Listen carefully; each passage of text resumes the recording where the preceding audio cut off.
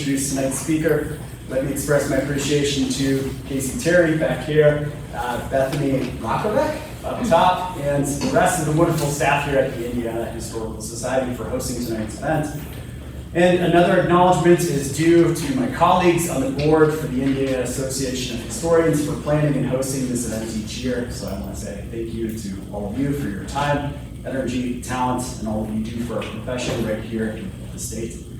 And on that note of gratitude, I want us all to, just for a second, reflect on why we're all here. And that's to honor the work of a trailblazing historian in the field of African American history, Emma Thornbrough. A long-serving professor of history at Thornbrough University from 1946 to 1983, she was an academic that used her scholarship to promote civil rights, working with the NAACP in Indianapolis while writing histories that detailed the daunting challenges that African Americans faced in the Hoosier State.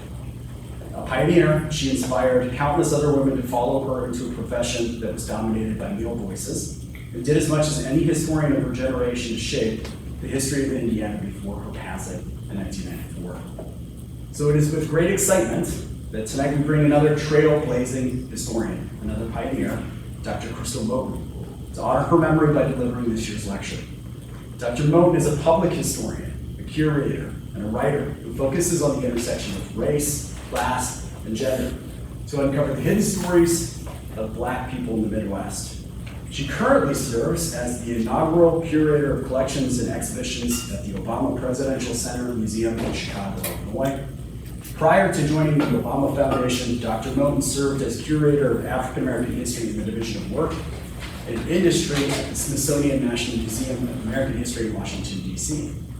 She has also taught at colleges and universities across the country, including the University of Wisconsin-Milwaukee, Dickinson College, Macalester College, and American University.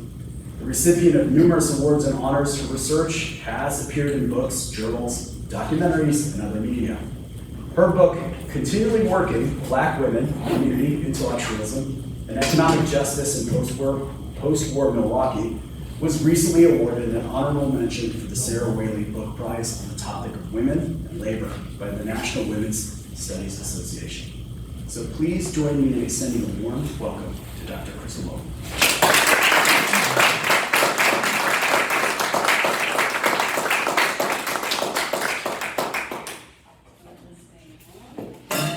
Can you hear me? I think you can. Awesome. I am so happy to be here today. I'm so grateful for the invitation, and I'm so happy to be standing in the legacy of Dr. Thornbrough. So thank you so much for being here. Thank you to anyone who played any part, small or large, in bringing me here, from Dr. Miller, your invitation, to the administrative work of reserving my hotel room, to Casey, you helping me with the technology. Thank you so much. I'm so excited to share with you from my recent book, Continually Working. And this, what I'm going to share with you tonight, will be partially a reading and a discussion regarding some of my favorite aspects of the book. I want to start with reading a portion of the prologue of the book because for me it helps set the scene and set the tone of why I became a historian and why I wrote Continually Working. I come from a family of doers, of Black women who work long hours during the day at offices, hospitals, restaurants, mail facilities, and schools. Of Black women who leave those jobs and continue their work caring for their homes, sometimes single-handedly, and their communities. After work on evenings and weekends, they spend their time in the church, at the meeting house, in their cars, or on public transportation, on the way and leading the way to change and transformation of their own lives and of theirs, those in their family and community.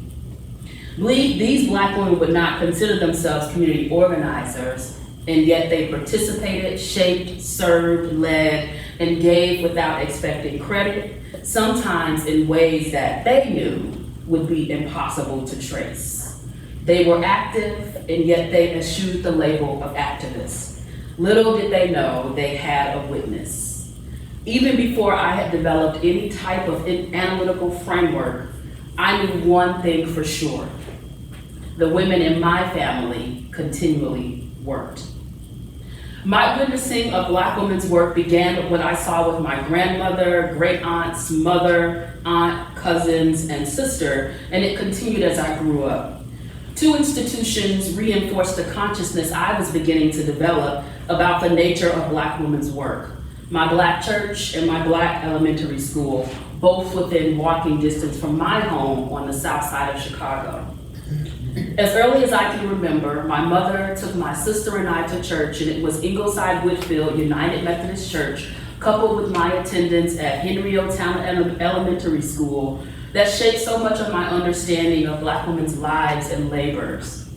Here, in these religious and educational spaces, which they both were, I saw Black working women in action. The first 11 a.m. service we attended at Ingleside Whitfield left me amazed because I could not believe my eyes. Here for the first time, I saw a Black woman in the pulpit, and she wasn't reading announcements or scripture, she was preaching. And this was not Women's Day, it was a regular Monday, Sunday. But I mark it as a turning point in my life.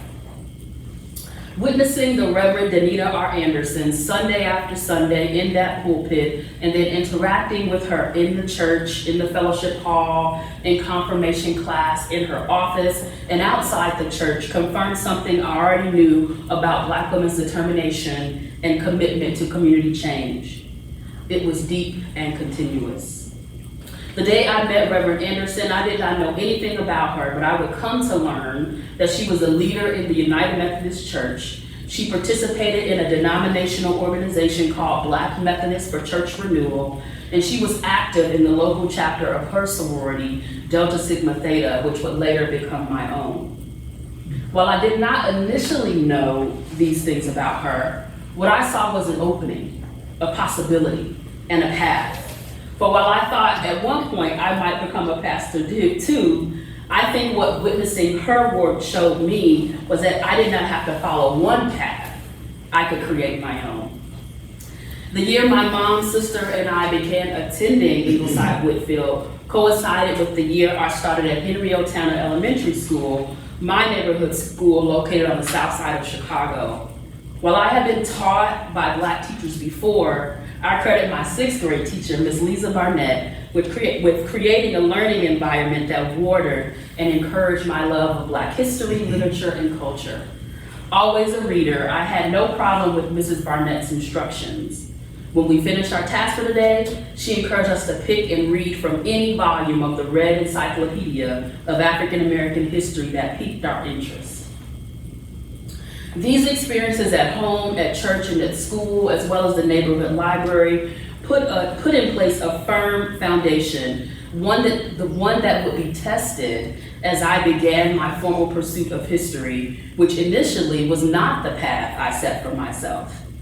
During my last year of college, I had a disciplinary crisis of sort. I knew I wanted to go to graduate school, but I didn't know that I wanted to change my major, and at the last moment, I changed my declared major from anthropology to African American Studies and History.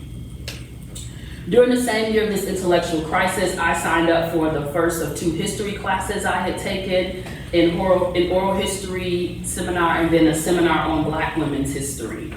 These 2 classes, both taught by the late historian Dr. Leslie Brown, sealed my intellectual fate. The 2 books you see on the screen resonated deeply with me. But I was also shaken and angry that as old as I was, I had never heard of Joanne Gibson Robinson and the Women's Political Council, who helped plan the Montgomery bus boycott. Additionally, the Black feminist intellectual tradition laid out in words of fire reminded me of my 6th grade teacher, Mrs. Barnett. While enrolled in these classes, I decided the discipline of history and an exploration of the past better suited me. I started my graduate studies with questions that I needed to answer to reconcile my personal witness with what I saw as missing in the historiographical record. What was the history of Black women's activism? In what ways did Black women contribute to improving the lives of their families and communities? How were they involved in movements for Black freedom and justice, specifically the 20th century civil rights movement? How did geography affect Black women's activism? Why were historians only focusing on the South? What about the North? What about the Midwest? How did Black women activists understand and define leadership? I was confused because I knew a tradition of Black working women's activism existed. I had witnessed it. But where was it in the history books? Had I believed that there were no traces of Black working women's activism available for me to study, my book, Continually Working, would not exist. I went into the archive anxious and expectant. Black women had to be there. They just had to be, because the evidence of their past activism reverberated in my present life and in my hope for our future. Many historians, maybe some of you in the room, may consider the archives your special place or your happy place, the place where you are perhaps most confident and sure. But for me, the archive was frustrating, and not for the expected reasons. I entered the archive expecting to have to dig and dig to find traces of Black women's actions. However, what I encountered was the exact opposite. In every collection I explored, I tripped and stumbled over Black women's work. They were all over the 20th century record. In some collections, so apparent were their actions that I could come to only one conclusion.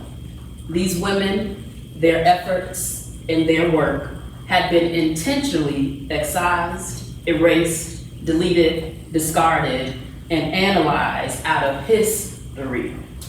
I was outraged. But despite the limitations of the archive, Black women were, are, there, here. My questions, expectations, and hope of what I can find in the archive shape how I approach archival research. I retraced the steps of previous researchers and looked at the collections that had formed the basis of their analyses. But I also uncovered additional collections and found connections between various types of sources. Sometimes this meant following one Black woman across a vast historical trail, connecting the dots of her work by looking for her across archival collections, oral history projects, government documents, newspaper articles, images, and passing references.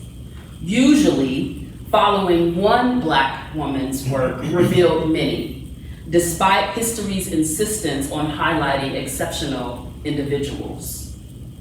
And so what results on the pages of Continually Working is the convergence of my personal history and my professional training as a historian. Both shape my perspective and my life's mission to uncover and make accessible the lives, experiences, and contributions of Black working women, past, present, and future. The stories I present in Continually Working are informed by three concepts which underpin the analyses I share. So the first concept is Black working women. While this seems obvious, most times it's important to state the obvious and especially how that obvious is defined.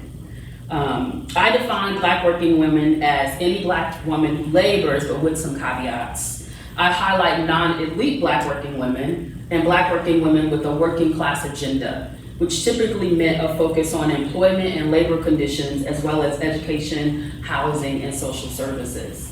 So for example, community organizers or beauticians whose income was not stable enough to thrust them into a class with a higher earning potential are included. Manufacturing and clerical workers who were able to get their feet in the door, but circumscribed because of their race and gender to lowly paid menial work with no possibilities are also centered in this analysis. Partnered mothers who labored at home caring for their children and household figure into this analysis as well. Previously working single mothers who received aid from the state because the low-wage work they could potentially get would rob them of the energy they needed to care for their children and meet their children's needs, are also among the Black working women this study considers. Finally, Black women who desire quality work, but who were denied these opportunities, are also considered here. The point is that I employ an expansive definition of Black working woman. The Jim Crow job system is another concept, and I'm supposed to slowly show that slide. So this is a slide of an African-American woman, Annie Tabor, who worked in a Milwaukee defense plant. And this photo was taken while she was at work, and it's currently in the Library of Congress. I was so happy when I found this photo of Annie Tabor in the Library of Congress. The Jim Crow job system, the second concept that underpins my analysis. Black women fled the South during the Second Great Migration, the chronological focus of continually working for many reasons. Near the top of many migrants' lists was better employment and higher wages. As they arrived in the urban Midwest in Milwaukee, which was Wisconsin's largest city, which had also been heralded as a working class city where a worker could literally, and I quote, quit one job in the morning and get another one in the afternoon, unquote, expectations were high. But Black working women quickly realized this would not be their experience. And they found that they would be largely relegated to the same types of jobs they had in the South, working in the domestic service industry, cooking, washing, scrubbing, sweeping other people's homes, offices, and restaurants. Activist Sylvia Bell White proclaimed, quote, "This is up north now," end quote. What she meant was that a racist, sexist, discriminatory labor market and workplace was the rule in Milwaukee, not the exception. Black working women in Milwaukee frequently compared their work experience in Milwaukee to the South and expressed frustration that employment opportunities were foreclosed in Milwaukee for similar reasons as in the South. Therefore, community continually working refers to the concrete wall Black working women kept confronting as the Jim Crow job system. I define the Jim Crow job system as the legal, social, and cultural structures that combine to include Black workers from accessing, participating in, and progressing in employment. Using the metaphor of a concrete wall is appropriate because of the materiality of concrete, impenetrable and immovable. In some industries, Black working women found it near impossible to gain a foothold. And not surprisingly, being locked out of quality employment parallel being locked into residential segregation and unequal education. Using the term Jim Crow also makes it plain that Black workers saw similarities between the job-related racism and discrimination they experienced in the South and in the Midwest. While the geographical location of work had changed, as well as perhaps the industry, Black workers still encountered virulent racism and discrimination from their bosses, co-workers, and the state, which supposedly monitored and regulated race-based employment discrimination. Using Jim Crow job system underscores that unemployment inequality was built into the structure of most workplaces, be they public or private. Racism operated through bureaucracy and the intense focus on policy and procedure. Policies and procedures were supposedly race blind, but they were not race neutral, and they had disparate effects on Black working women's economic possibilities. Requirements for birth certificates and certificates of education, which I'll talk about later, stood as barriers to entry in various industries, from manufacturing to beauty. As well as manifesting as bureaucratic racism through policy and procedure, the nature of the Jim Crow job system did mean last hired, first fired, poorly paid, and dirty work like the South. In the urban Midwest, all of this was true, and there were also jobs that were considered back of the house work. And so this meant that sometimes a Black working woman could get a job at, say, for example, a downtown store, or a restaurant, or in a hospital. However, the positions offered to her were in the back, at the bottom, and out of sight. Positions like stock girls or dishwashers were hidden from view and required little interaction with the white public. In Milwaukee, Black women also worked as nursing assistants, a backbreaking job considered undesirable by white working women. Repeatedly, Black working women butted up against the Jim Crow job system. The Jim Crow job system manifested through bureaucratic racism, and it stole Black workers' time. Philosopher Charles Mills explores the racial implications of time by positing what he refers to as, quote, white time. Building on the works of historian George Lipsitz and political scientist Michael Hanchard, Mills defines white time as, quote, a socio-mental representation of temporality shaped by the interest and experience of white people. In other words, Black feminist Brittany Cooper says, white people own time. And time is shaped by white supremacist ideas that exclude marginalized groups.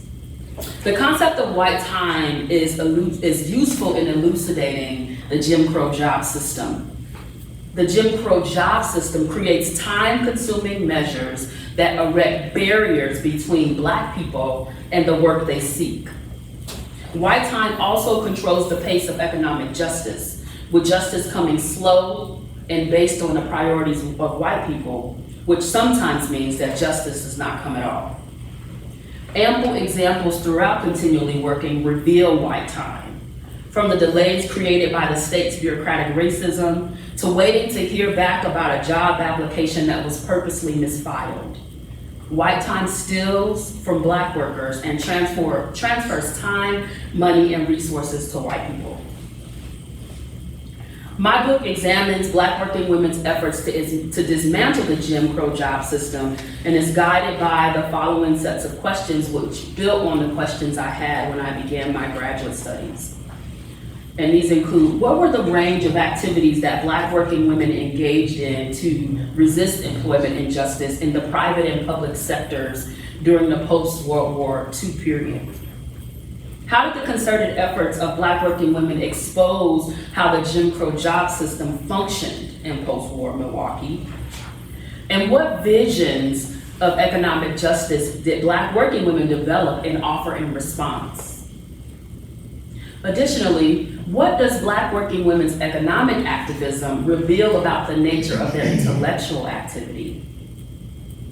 I learned that Black working women engaged in various forms of activism. They complained and filed grievances with their employers, organized, advocated for alternative and vocational education, started their own businesses, critiqued and appealed to the state, developed and supported economic and social welfare programs, protested, and wrote and published their ideas and analyses. They did all of this in response to economic and employment injustice. So I read and I reread the archive with a keen eye, for Black working women's thoughts and ideas, especially as they relate to the fight for good jobs and a fair workplace. Open to finding Black working women's ideas and places, including and beyond intellectual texts, I found their ideas as well as their intellectual influence in unlikely yet ordinary places. In meeting minutes, organizational memos and resolutions, in correspondence, in newsletters, in grant applications and reports, as well as in traditional speeches, interviews, articles, and books. And in my analysis, no one format took precedence over the other. All offered equally important insights about what Black working women thought, their resulting actions, and vice versa. So we can understand Black working women's activism and their critiques can function as a diagnostic tool, revealing the nature of employment-based structural inequality while also illuminating their own visions of economic freedom for Black people. Although Black working women were marginalized by a staggeringly powerful system, these women fought bravely with strategies that still resonate today. So analyzing the strategies Black working women used in the fight against the Jim Crow job system provides an opportunity to explore community intellectualism. And I define community intellectualism as the group-centered, day-to-day intellectual activities and practices that sustained and undergirded Black women's activism. As these women engaged in their activism, they came together around a set of grievances and critiques related to their specific work conditions, and in some instances, lack of work opportunities.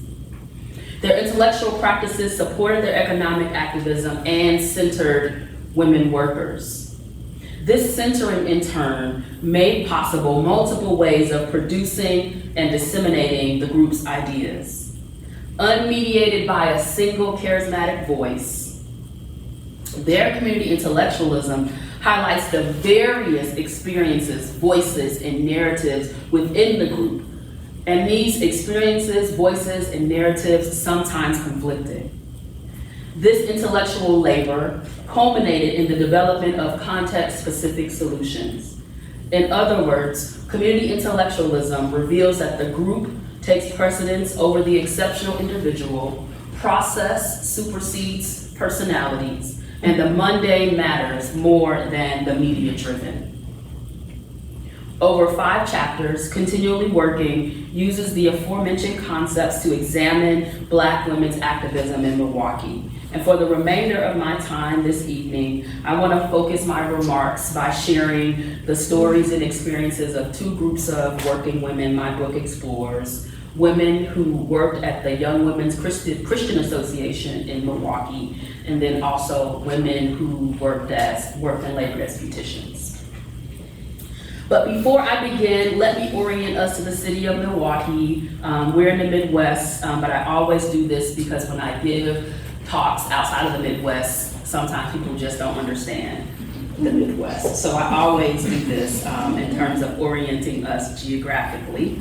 But I also like to share that in studies of Black life in the urban Midwest, scholars usually give disproportionate attention to cities like Chicago and Detroit. And often these cities have stood in for what it means to be Black in the Midwest, both historically and historiographically. Stories of Black folks in these large urban areas overshadow the lives of those in cities like Milwaukee, and simply erases the experiences of Black rural Midwesterners, which in my book I don't focus on so much either. Of course, though, places like Milwaukee can't be separated from their Midwestern context, but Black urbanites in Chicago and in Detroit experienced a different Midwestern context depending on the social and political economy of their specific location. And so it is my contention that we need more local stories, not less, to complicate what we know about Black people's lives and experiences in this region. Additionally, another note to share about Milwaukee is that Milwaukee's size and the strength of its industrial economy continually ranked it among the nation's top Midwestern cities, especially during the mid-20th century, excuse me. And so Milwaukee, during the height of World War II in the 1950s, into the 1950s, was a particularly vibrant place. In terms of population size, it was actually the 13th largest city in the nation, coming right after San Francisco and Pittsburgh. Some refer to Milwaukee as Brew City in recognition of its German heritage and culture, which resulted in many brewing companies throughout the city. I like to just say folks had a whole bunch of fun in Milwaukee. But also due to its various industries, manufacturing companies produced everything from farm equipment, airplane and auto parts, to batteries, clothing, and textiles. It was a very, very industrial landscape. And so, as I noted, Milwaukee came to be known as one of the great working class cities in the nation's industrial heartland. Milwaukee's Black population also grew dramatically over the course of time that my book explores. What you see in the chart is just how dramatically that population grew by decades. But even with this growth, say when you look at 1950, which is the decade that I'll talk about, mostly 1940s and 50s, which decades I'll talk about mostly here tonight, Black people still made up only kind of a marginal percentage of the total Milwaukee population. Still, Black folks were increasingly visible on the urban industrial landscape. The other thing that we know about Black folks and the Milwaukee experience is that by 1950s, after World War II, Black women were able to gain work in manufacturing industries, but still the majority of them worked as domestics or in the service industry. And so what we also note is that Black women, although they might have been able to work in manufacturing industries, they still continue to be locked out of the more desirable and higher paying clerical jobs, right? And these clerical jobs were typically reserved for white working women. And so what we know about Black working women is that still, even though they were in Milwaukee, in the urban North, in the Black Midwest, they were on the bottom, stuck in the lowest, dirtiest positions. But all is not lost, and I don't want to focus on or be pessimistic, right? I work for the Hope Factory, as I noted earlier, and there is hope in this story. And the hope comes when we turn our attention to the Black women community organizers who surveyed the landscape, determined what was possible, and worked hard to create a new reality for themselves and for their communities. And so first I'll start with the Black working women of the Milwaukee YWCA. So during the early part of the 20th century in Milwaukee and the nation, one of the most recognized and celebrated gender-based organizations that many Black women felt compelled to join and become members of, as well as develop their leadership capacity through, was the Young Women's Christian Association, or the YWCA. A local affiliate of this organization, the Milwaukee Y, had been organized in the city during a progressive era. And they organized as one way to support the increasing number of white working women leaving their rural towns and villages to come to the big city to live and labor. The Milwaukee Y, with its Christian morals and values, became known for the quality, clean, affordable housing it offered to white working women. But while the Y had lofty goals, racism permeated the organization, and it manifested differently based on the geographic location. As more and more Black working women moved to Milwaukee, some of the white women leaders at the Milwaukee Y wanted to offer their spiritual and sisterly assistance to Black women workers. But knowing they could not do so alone, they strategically partnered with the Milwaukee Urban League, which itself had opened its doors in the city in 1919. And as a result of this partnership, the organizations created 3 programmatic opportunities for Black women and girls. One which provided a gathering place for workers, one which centered around community service and volunteering, and one that focused activities geared toward young girls. But after nearly a decade of trying to run these programs mainly on their own and not being particularly successful, the Milwaukee Y hired Indiana's own Bernice Copeland Lindsay. Bernice Copeland Lindsay was a trained journalist and social worker, and they hired her to manage their efforts among Black folks in the city. Of course, and as you can imagine, Lindsay was the first Black professional worker they ever hired. And it is worth pausing here for a moment to spend some time discussing Bernice Lindsay's background, mostly because, of course, where she came from directly influenced her life's work. So Bernice Lindsay was born in 1896, and she was raised in Winchester, Indiana, which I looked up is about maybe 85 miles from here. Yep. And Winchester, Indiana was a small Quaker community. In 1830, her grandfather Dennis, a self-freed Black man, moved to Winchester after he purchased his and his wife Janetta's freedom in Virginia. He made a life for himself and his family and prized education, family, and community involvement. We know this because of where he chose to move his family. Indiana in the 1830s was home to several free black settlements, and Winchester was a mere 6 miles away from one called Snow Hill and 10 miles away from one called Cabin Creek. Snow Hill and Cabin Creek, both in Randolph County, Indiana, were near a stop on the Underground Railroad. Both were self-sufficient black settlements known for assisting and supporting newly self-freed people. And so Lindsay grew up within a community where the belief that anything was possible flourished. Also, time and time again, Lindsay's parents reminded her that one's race should not be a determining factor in one's life possibilities. She followed in the footsteps of her father, Benjamin, and her older brother, William, both who attended Winchester High School. She ended up matriculating at The Ohio State University, becoming the first black woman to graduate from the University School of Journalism. While at OSU, a chance encounter with Jane Addams, the respected social worker and founder of the Hull House in Chicago, inspired her to change her minor from mathematics to social work. And so her first job outside of college and before she got to Milwaukee was at the Indianapolis YWCA, specifically the Phyllis Wheatley branch, which black women, as you know, including the famous beauty mogul and millionaire philanthropist, Madam C.J. Walker, fundraised for and built with their own time and resources. The several years Bernice Lindsay spent in Indianapolis concretized her ideas about community organizing. In some circles, Lindsay represented the traditional idea that college-educated black people could speak on and represent the race. But she also challenged this idea with her own philosophies and beliefs regarding community involvement.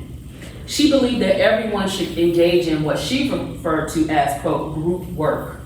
Essentially, group work was Lindsay's way of describing community organizing, which called for community members, no matter their class or educational background, to unite to work on issues of importance.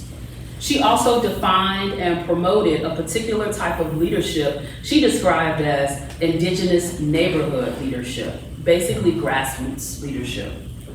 These neighborhood leaders, she thought, were better able to understand and create solutions to pressing community concerns than city officials who might not even reside in the neighborhood or in the community.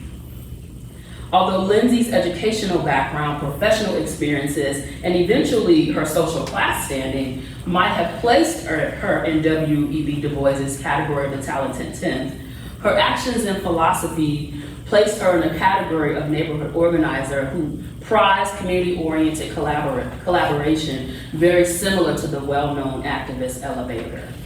And so in 1928, the Milwaukee Y hired her away from the Indianapolis Phyllis Wheatley branch to manage its outreach related to black women and girls. And what I have here on the screen, it might be too small, but what this is the history and development of the Phyllis Wheatley branch, YWCA. And I have the first 3 pages. The first 2 pages tell the history of the branch and its development, but this third page talks about the beginning of the Employment Bureau. And so if you can see at the bottom of that third full paragraph, you see that Bernice Copeland is mentioned, right, as one of the first staff people of the Phyllis Wheatley branch working for the Employment Bureau.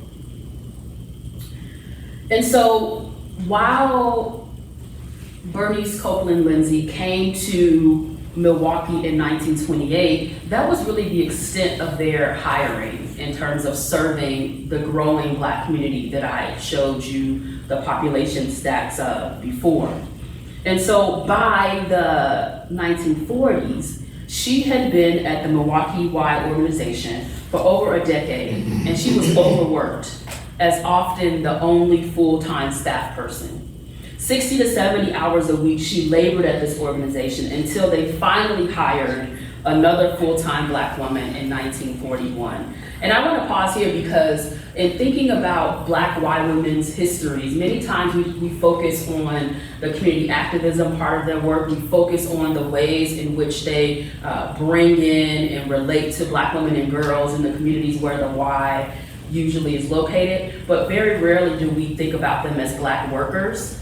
And so in my analysis of the Y, I really focus on their conditions of working at the Y and what that meant for their work and their ability to serve their communities in the way that the organization demanded of them. So in 1941, the Y hires a second full-time Black working woman to work with the African American community in Milwaukee, and her name is Nana Reed Baker. Although much less exists in the historical record about Baker's personal history, what does exist lets us know that she grew up in Milwaukee and she attended school in the city. She was a person of faith, and she also found community in a local Black church. Baker also came of age at the Milwaukee Y. She attended and participated in the organization's youth programs, presumably under Bernice Copeland Lindsay's leadership and mentorship.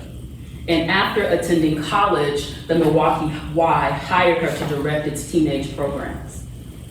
And so Nana Reed Baker and Bernice Copeland Lindsay were the only full-time paid Black staff people at the Y. And they were the ones who the Milwaukee Y employed to fulfill its lofty mission of engaging Black working women and girls in a city where, as I noted, the Black population grew tremendously year after year, especially in the 1940s and 50s. Recall also the labor conditions of Black working women that I noted above, and bring your awareness to the fact that employment discrimination often combined with educational inequality and housing insecurity. And so putting their heads together, understanding the context of Black working women in Milwaukee, they deployed their ideas about group work and the role of neighborhood leaders, and they created a space where Black people could gather and organize around these intersecting crises that were being experienced by Milwaukee's Black population. They came together and they called the space from which they worked the Walnut Street Center.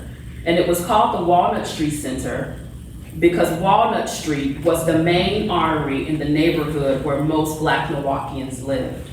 The street was the neighborhood's social, cultural, and economic epicenter with its Black-owned grocery stores, beauty parlors, barber shops, a gas station, clothing shops, funeral homes, restaurants, a movie theater, nightclubs, and bars. Situated on prime real estate, the center was literally in the heart of the community. The Walnut Street Center then was a neighborhood hub, a space to convene with like-minded women and girls who shared a working class ethic, a place to engage in meaningful dialogue about discussion regarding politics and labor, a place to address and prioritize Black working women's housing, educational, and professional development needs, and a place for Black women and girls to develop as community leaders, as was the example of Nana Reed Baker. From this center, Black women and girls engaged in action focused on many key areas. Take, for instance, their work around housing. With the help of volunteers and short-term workers, many of whom were newly migrated Black women, the Walnut Street Center kept an active rooms registry for newly migrated women who needed safe and secure housing. In addition to this practical solution to housing insecurity, Black Y women also conducted an in-person house-by-house survey that identified inadequate and dilapidated housing in the neighborhood. Because absentee landlords managed many of these notoriously horrible dwellings, the Y created this survey to bring attention to this. The center sent their results over to the city's Department of Health, which led to many of these dwellings being shut down. Eventually, because of the successful implication of their vision, the Milwaukee Y was able to hire a third Black worker named Jean Hopkins, a young Black college graduate, to coordinate the activities of young adult Black women who joined the Y in increasing numbers. These 3 Black women, Lindsay, Baker, and Hopkins, plus the hundreds of Black women and girls who walked the doors of the Walnut Street Center, considered the Walnut Street Center a safe Black space in the city, a home away from home of sorts. But these organizers did this work under tremendous hardship with increasingly dwindling resources, and this came to a breaking point by the end of the decade. In 1948, the Milwaukee Y became aware that the lease on the Walnut Street Center was expiring. And because the building was set to be demolished, they had to find a new home. The Y's leaders engaged the Walnut Street Center staff by asking for their suggestions, which were promptly ignored. The clock ran out on the lease, and the Milwaukee Y leadership made the executive decision to relocate all of the center's activities to the downtown Y headquarters, which was 2 miles away and which had predominantly a white participant membership. And the white membership was not by formal policy, but by culture and custom. And so this hasty relocation, which was also a forced integration, decreased Black Y participation by 80%. In addition to a drastic decrease in participation, Lindsay, Baker, and Hopkins recorded in detail the impact of the move. In the annual report of their activities, Lindsay noted, attendance at club, committee, and interest group meetings has reached an all-time low. Relocation meant giving up our mass recreation programs or open houses, and also scrapping our young adult activities program. Our rooms registry has practically folded up because the people who came seeking rooms were served over the counter and sometimes needed to come back 3 and 4 times, and the Central Y is too inconvenient for these types of service. Baker described the slow disintegration of groups as to numbers, activity, and interest in spite of staff correspondence, phone calls, home visits, home meetings, and the use of a project recreation room back in the neighborhood. Baker also spoke of the loss of an entire group of women who had volunteered to serve and provide guidance and support to the young teenage members of the Y. When reading Baker's report, one can get a sense of the devastating impact of this rupture on the Y Black women's work, volunteers, members, and participants. While dealing with the loss of their center and the forced integration and relocation of their program to the downtown Y, Black staffers' new and close proximity to white workers starkly illuminated the unequal pay practices that they had endured. It was common knowledge that the Milwaukee Y paid white and Black staff members different wages, even if they held the same position. Bernice Lindsay had worked at the Y for over 20 years without a raise and without reaching the uppermost limit of the salary range for her position. Nana Baker had also worked at the Y for 7 years without a raise. So when the Milwaukee Y sent out contract renewal letters, the women reached a breaking point. The Y neither recognized the tremendous work of these women, nor did they increase their salaries. Citing budget shortfalls, the Milwaukee Y renewed their contracts at the same salary levels, which the women felt were a slap in the face. Nana Reed Baker immediately sent a letter of resignation to the organization, citing its failure to increase her salary as the reason for leaving the position. Referring to her record, Baker stated that the salary that was offered to her, quote, was inadequate for the developing service she believes she offered to the Y during her years of employment. A service and a record consistently and clearly visible over the years of her employment. Bernice Lindsay did not immediately resign her position. Instead, she wrote a letter which provided a record of how she had earned her raise through consistent and steady work. One thing she noted in her letter, and I'll read directly from it, she says, "I have known for a long time that salaries in our department were below those in other departments, but feeling a certain responsibility as the first Negro secretary and wanting to prove that inclusiveness in the YWCA is an asset, I have tried to be objective and minimize this difference. I have tried to keep abreast and ahead of my job by doing graduate work at various universities and attending many conferences and conventions, usually at my own expense, and by giving unstintedly of my time, effort, and interest. If you feel, however, that my work is not good enough, then that is reason enough for your decision. She goes on in her letter, which I won't continue to read, but I'll note that after receiving Lindsay's letter, the Personnel Committee met. In minutes from that meeting, the committee's recording secretary wrote, and I quote, "Contracts were sent to Mrs. Lindsay and Mrs. Baker, which would automatically mean that their work had been satisfactory and that the Y would be glad to have them remain on staff. However, no salary increase was indicated in the contracts for the next year. The Personnel Committee tried seriously to evaluate the work done by each of these staff members. In discussing the work of these individuals, not on the basis of race, we expressed appreciation of the service and work done by each, but felt that they had not tried quite hard enough to fit into the picture.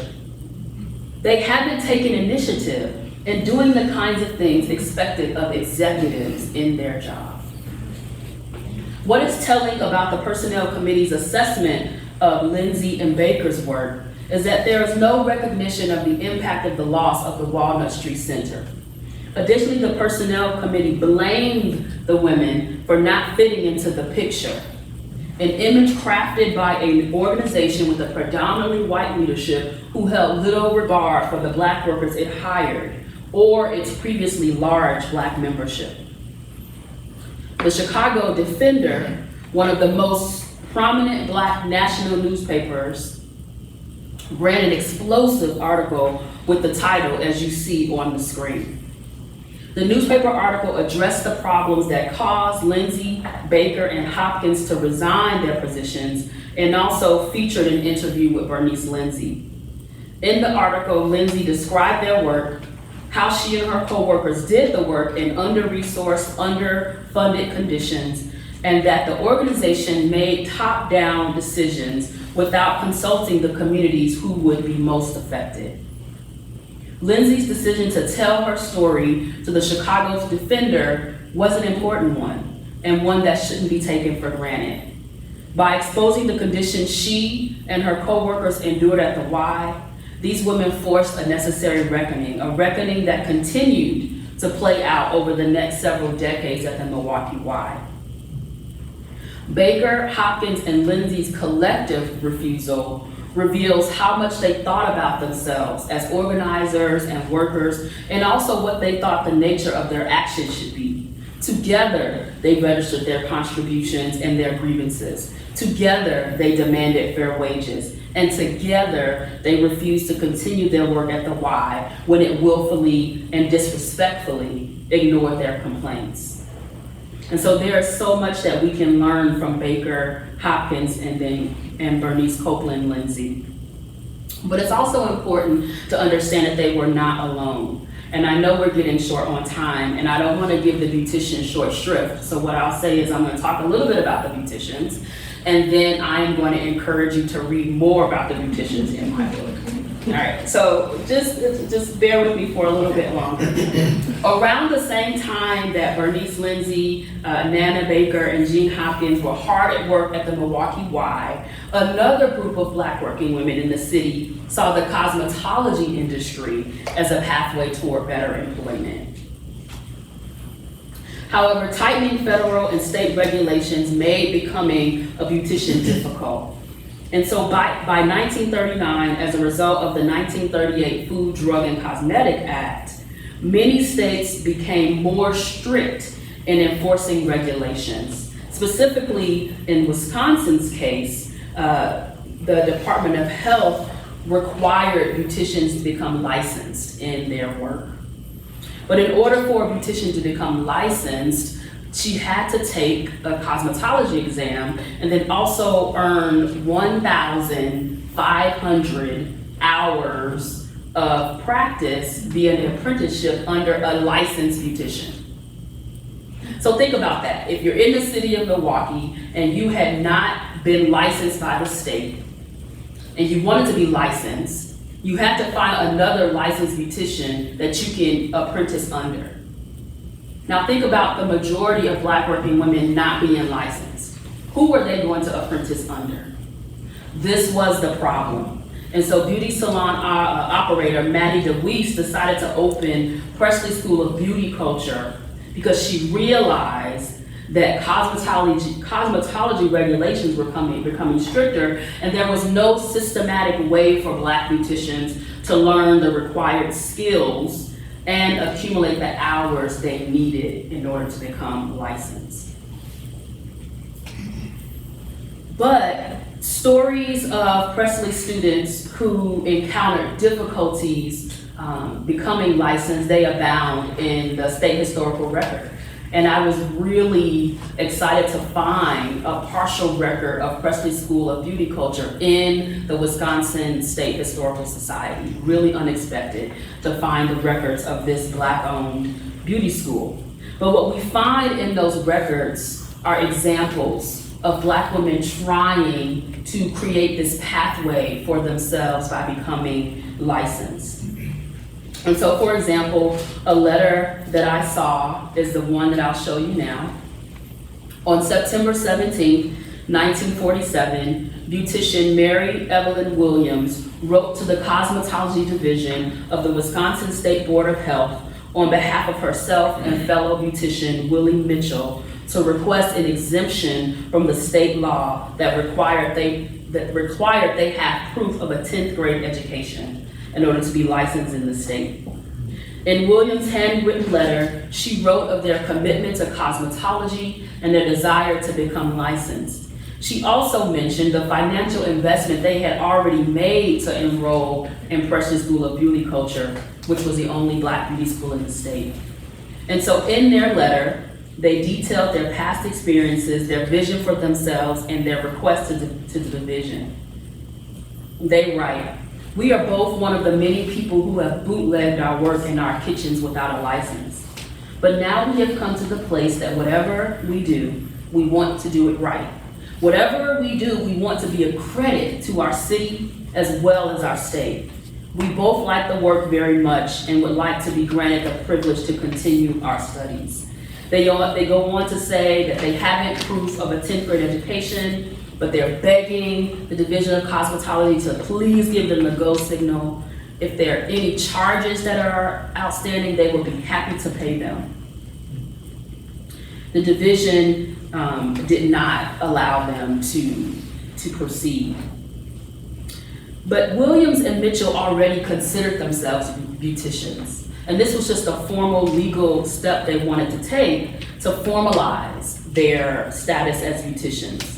They also wanted to remove, as they said, the stigmatized label of bootlegger and make their work credible in the eyes of the community, city, and state. They believed that becoming licensed would have far-reaching social and economic implications, not only for themselves, but for their families and their communities. A beautician's inability to become licensed in the state of Wisconsin meant that she would not be officially recognized and that she couldn't practice legitimately. It also meant that she could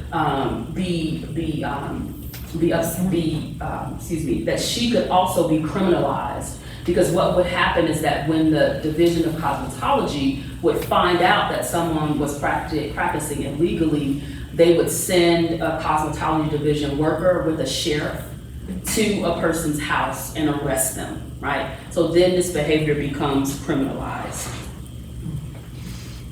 So DeWeese supported her students, Maddie DeWeese supported her students by engaging in what scholars of Black women's history refer to as broker politics.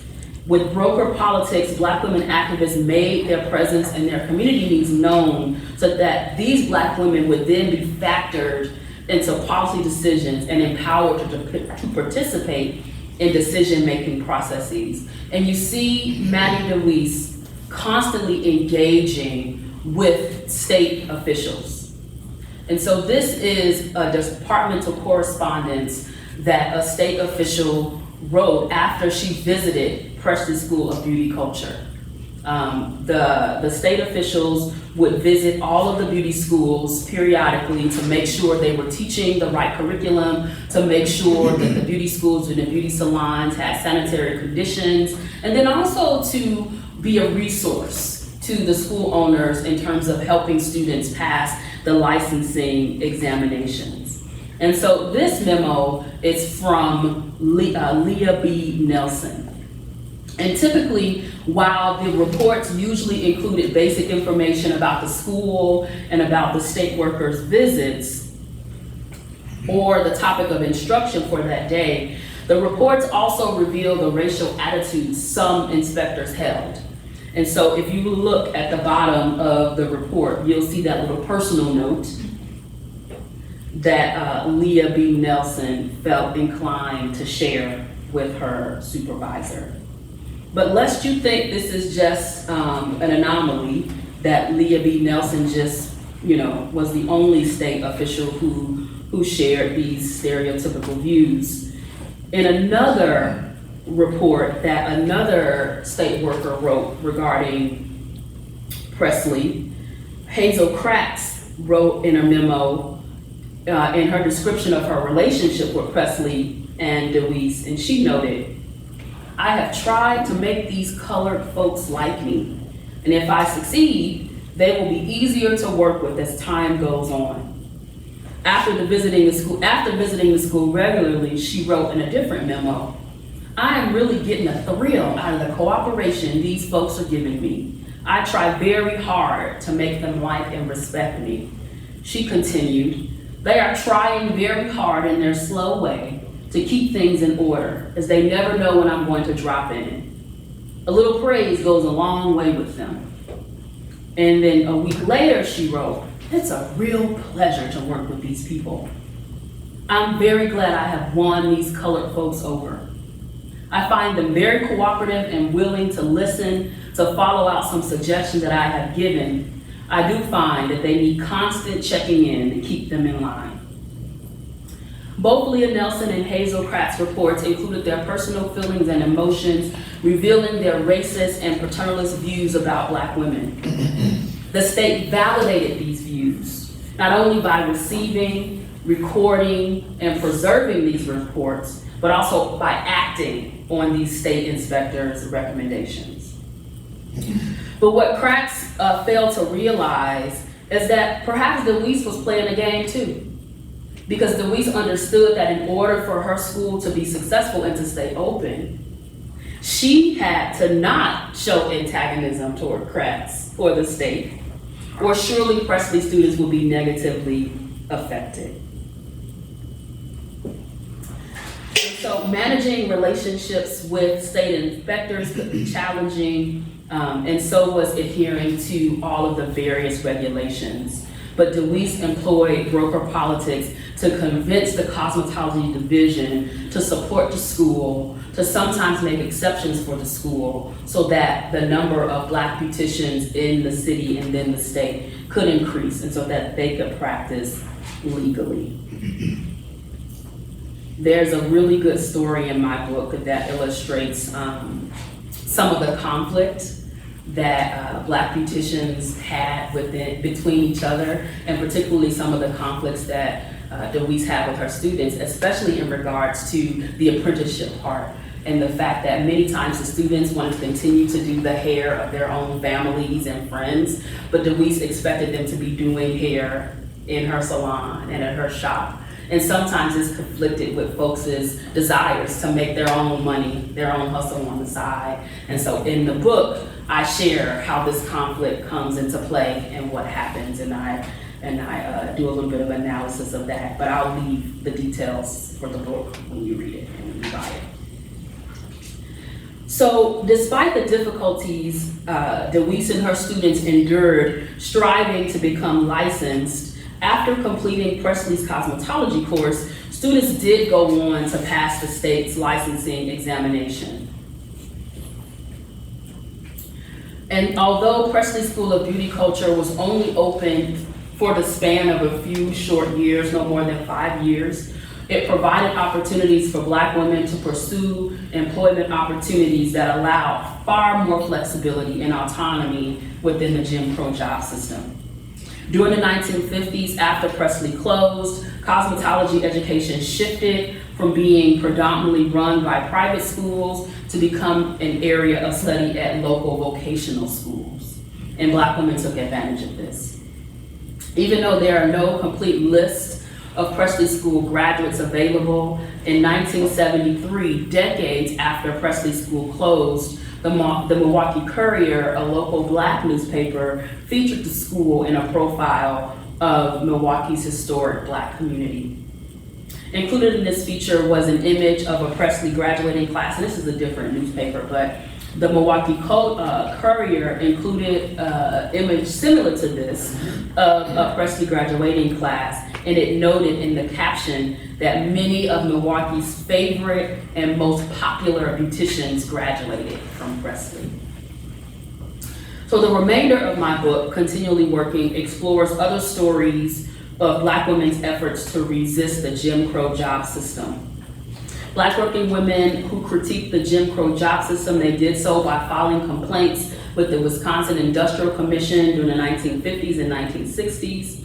And their stories illustrate the power of raising multiple voices, narratives, and experiences in the struggle against employment injustice. Chapter 3, which is the chapter on the women who filed these complaints, the chapter also reveals how power operated within the Jim Crow job system. By characterizing all Black workers as men, the Jim Crow job system erased the specific ways employers kept Black women on the bottom, which included limiting the kinds of labor they could engage in, and then also making them vulnerable to sexualized violence in the workplace. During the heyday of civil rights insurgency in Milwaukee, Black women raised their voices and they articulated their resistance to Jim Crow, and they expected that the state-administered complaint-making process would lead to just work and working conditions.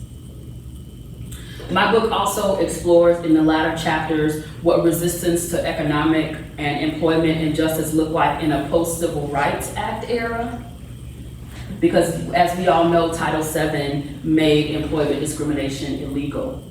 And so the question that I set out to answer is, what collective intellectual practices did Black women employ to spread the message that the passage of federal laws did not automatically equate to equality, especially in a context where Black workers struggled against the state apparatus, a business sector, and a labor market that disproportionately cast them as unqualified and unemployable. And as we also saw that Black women's working conditions shifted from domestic service to low-paid service work in general. So the last two chapters of the book explore the answers to the questions by examining the activism of Black women who engaged in this battle on two fronts. One, the struggle for welfare rights, and you see the image of a book that Milwaukee welfare rights activists wrote together to share the story of their lives and of their activism. And then the other group of women I explore are the women who work for a nonprofit organization called Project Equality. And Project Equality struggled for equal employment accountability in the business sector. And their focus was really on structural change that businesses should make. Their focus was not saying Black workers need to change, but that business needs to change. Both chapters reveal how Black women continually critique the state and the business sector.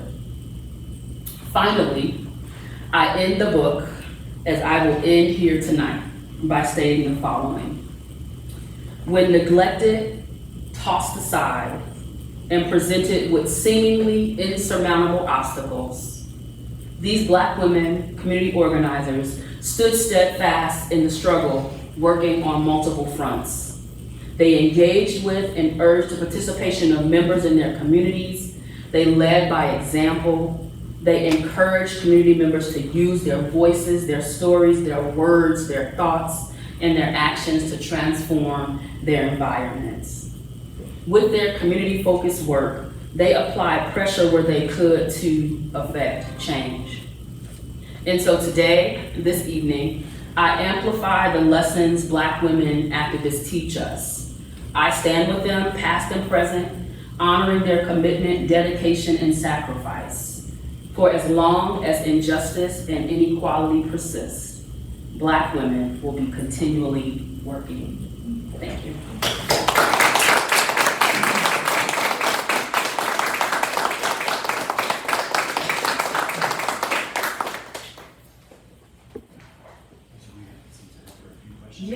I was trying to rush up so we can have some questions. Yeah, absolutely. More comments, discussion?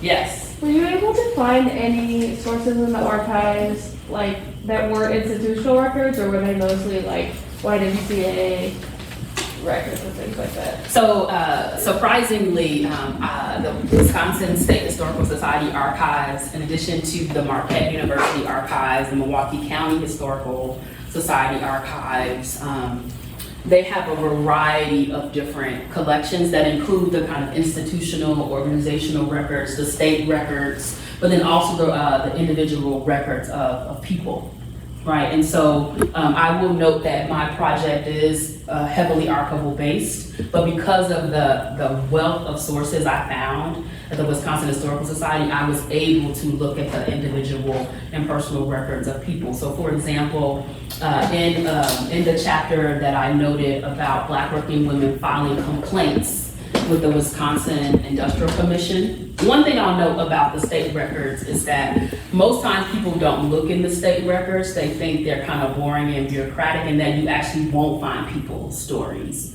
in the state records. But actually I found a lot of people's stories in the state records. And when I went to the Industrial Commission records, those records were actually organized by people, right, who filed the complaints. And so many times there were long transcripts of the hearings, which included people's testimonies about what they experienced. And so I found people in those records. But what I was going to say is in the chapter where I write about the Industrial Commission, I had the fortunate opportunity to explore the papers of a Black businesswoman in Milwaukee. Her name was Artie Halyard.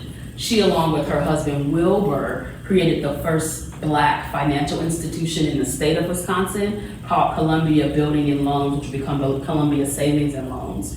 And so they were in the record of the Wisconsin Historical Society because they're this prominent, right, Black couple, power couple, but they also were in the records of the Milwaukee NAACP, the Milwaukee Urban League. And so in my intro, when I stated I kind of had to, do a cross collection search, Artie Halyard was a name I kept seeing across multiple records. I also was able to find an oral history that she had done in the 1980s at the Harvard Schlesinger Library. And they were interviewing her because of her work as a community leader in Milwaukee. So tons of people in those organizational and government records. Thank you for that question. Do you have another question? Yes. I have a really particular small question Sure. and a bigger one. Okay, let's hear The it. particular one, towards the end, where you're talking about the Presley School, Mm-hmm. you had, they were recruiting students. Mm-hmm. You had a little block that you had Yes. read around Yes. that said GIs, Yes. Yeah. male or female. Was it a barber school as well? Well, yeah, Oh, you see is this- the gentleman there in the middle. Yeah. They Yes. have male graduates. Yes, so where I wanted, this one. Mm-hmm. Yeah, I saw attention GIs, and I'm thinking, how many women GIs, even in Right. 48, could there be Right. in Milwaukee? Right, They would right. spend money to advertise for them. Exactly, and the interesting thing, again, as I noted, there were no full school records of the number of students, but the records I did see, I didn't see any male identified looking names, right? Okay. And so this part of the story is one that's a little fuzzy, right, in terms of her attempted recruitment of GIs.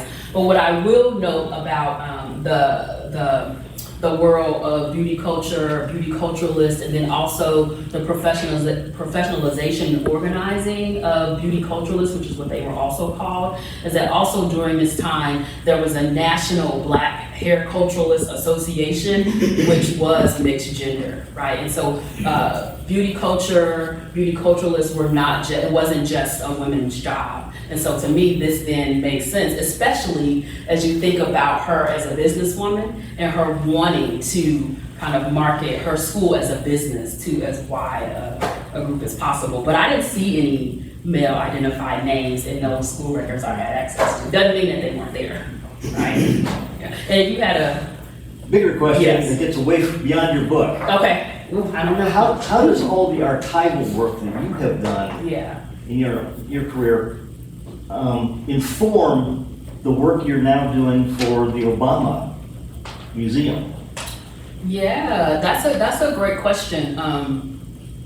I think of it as not only, so the archival work and dealing with primary sources, but also bringing in the skills of a historian, which are really to look at a variety of sources from primary and secondary and think about the narrative that can be told from those stories. And so what I bring to the Obama Presidential Center Museum is a kind of deep understanding of change over time, and then also what is required in terms of having our large array of sources to really properly understand history. Now, one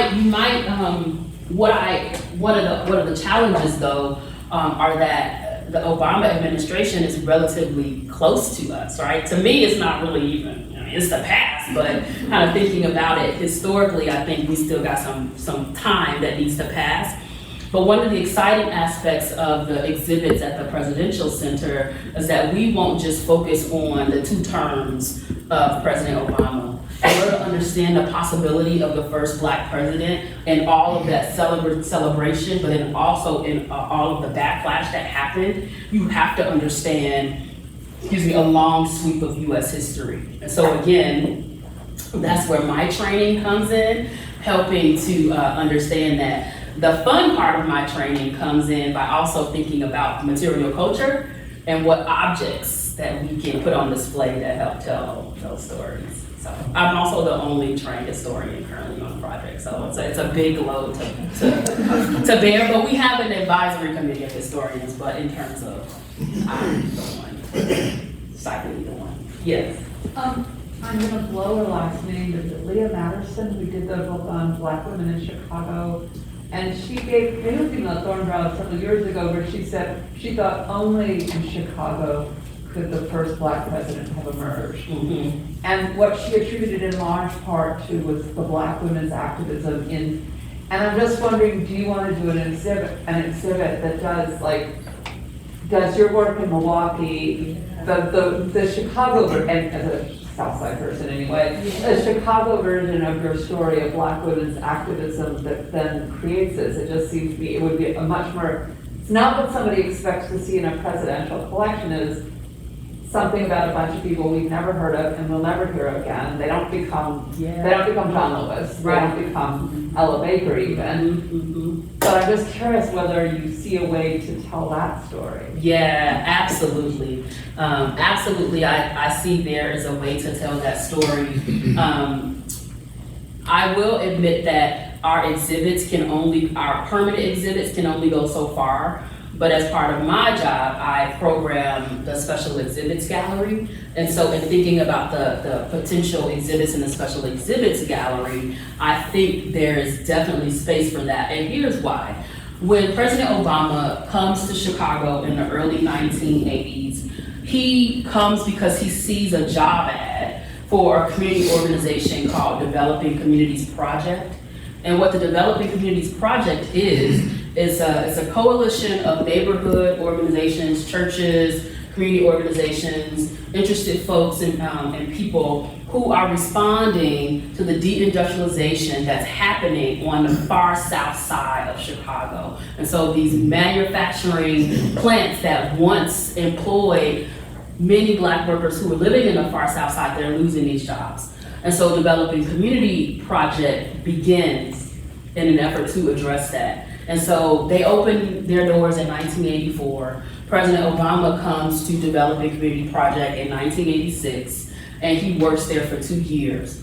But how this connects to your question, Nancy, is that that project has a legacy of being built on the actions and activism of Black women, particularly when we think about environmental justice and the ways in which that Black community is not only fighting deindustrialization, but also fighting the pollutants that are harming people and making them sick.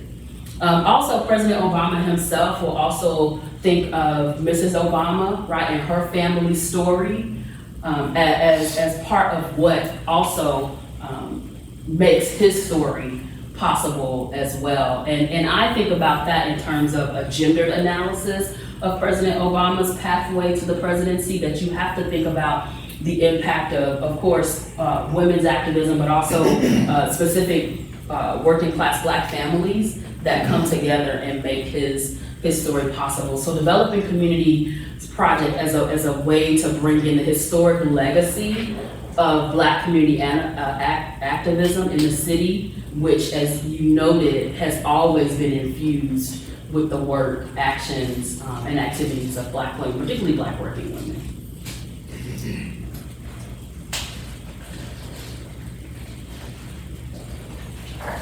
I think we have time for at least one more question. Yeah. Thank you.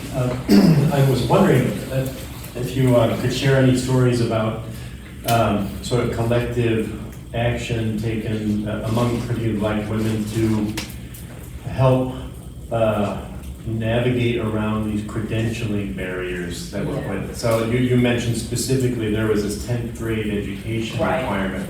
And to overcome that, you know, depending on the person's story, it's like would have been incredibly difficult. So I'm just kind of curious, were there any kind of mutually sort of supportive, even sort of informal attempts to sort of help people around those? So yes, and so one example that I discuss in the 3rd chapter of the book is a woman by the name of Sylvia Bell White. And she migrates to Milwaukee from Louisiana. And she's in a very similar situation in the sense that because if we read or understand James Anderson's history of Black people in education in the South from the 1890s and 1930s, we know that Southern education is really horrible during this time. And so Louisiana is one of the hardest places to come out of. But Sylvia Bell White moves from Louisiana to Milwaukee because family members have done so in the past. But she also knows that educationally, she needs some more support.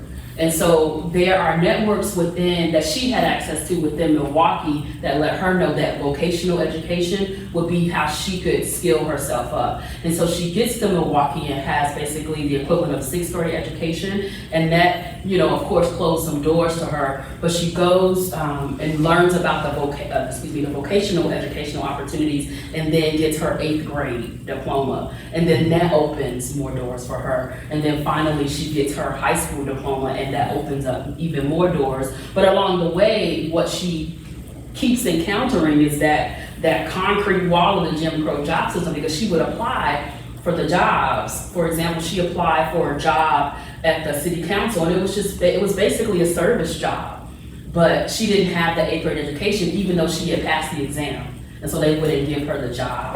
But Sylvia Bell White is an example of how Black women are navigating by increasing their skills through understanding what vocational education can do for them. But then they just keep trying, right? She kept trying to get that city job, and she kept skilling herself up. And we see many examples of that Black women are using to kind of skill themselves up and then credentialize themselves through these structures.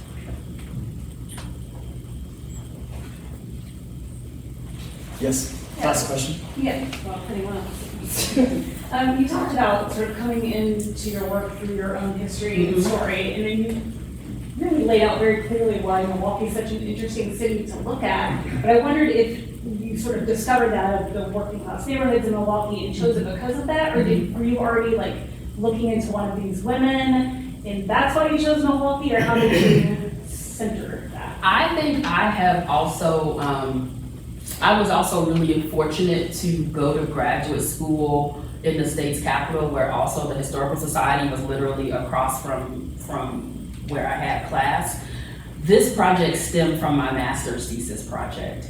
And my master's thesis project stemmed from the first graduate seminar I ever took, where the professor told us to go to the archive and find a project. And so what I found were the records of the... Does that resonate with you? That's the kind of Bob would have said. Okay. I loved it. That was like, yes, let me go. I'd rather be in the archive than, never mind.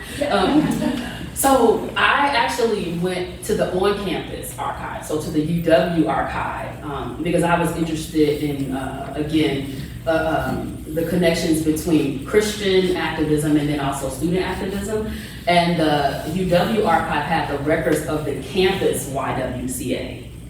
And what I saw with the campus YWCA is how in the 1970s, they were really active in the feminist movement. But in those campus records, I found a little small article that said in the 1940s, the Milwaukee Y was among the most progressive of Ys in the country. And I was like, Milwaukee, how? And so I wanted to understand that story. And so from that little article grew this whole entire project. And so I knew there was something happening in Milwaukee. Historiographically, what I also have been reading was Joe Trotter's work on Black Milwaukee and the making of an urban industrial proletariat. His work was earlier than the period I was interested in, so I knew that in terms of Black working class history, there was a story there. I also have been reading Patrick Jones's dissertation then, which was called Selma of the North, and this was about civil rights insurgency in Milwaukee, and especially he was comparing kind of the virulent backlash that happened in Selma to the similar type of backlash that happened in Milwaukee. But what I found lacking in both Trotter and Jones's work was really a gender analysis. Women were there, but there really wasn't a gendered analysis. And so coupled with finding that little article, thinking about Milwaukee, it's important because it's also this really important working class city. That's what brought me to Milwaukee. The other personal thing is that I knew I wanted to focus on the Midwest, but I didn't want to focus on home. So I was like, I'm not studying in Chicago. I lived it. So. All right, please join me in thanking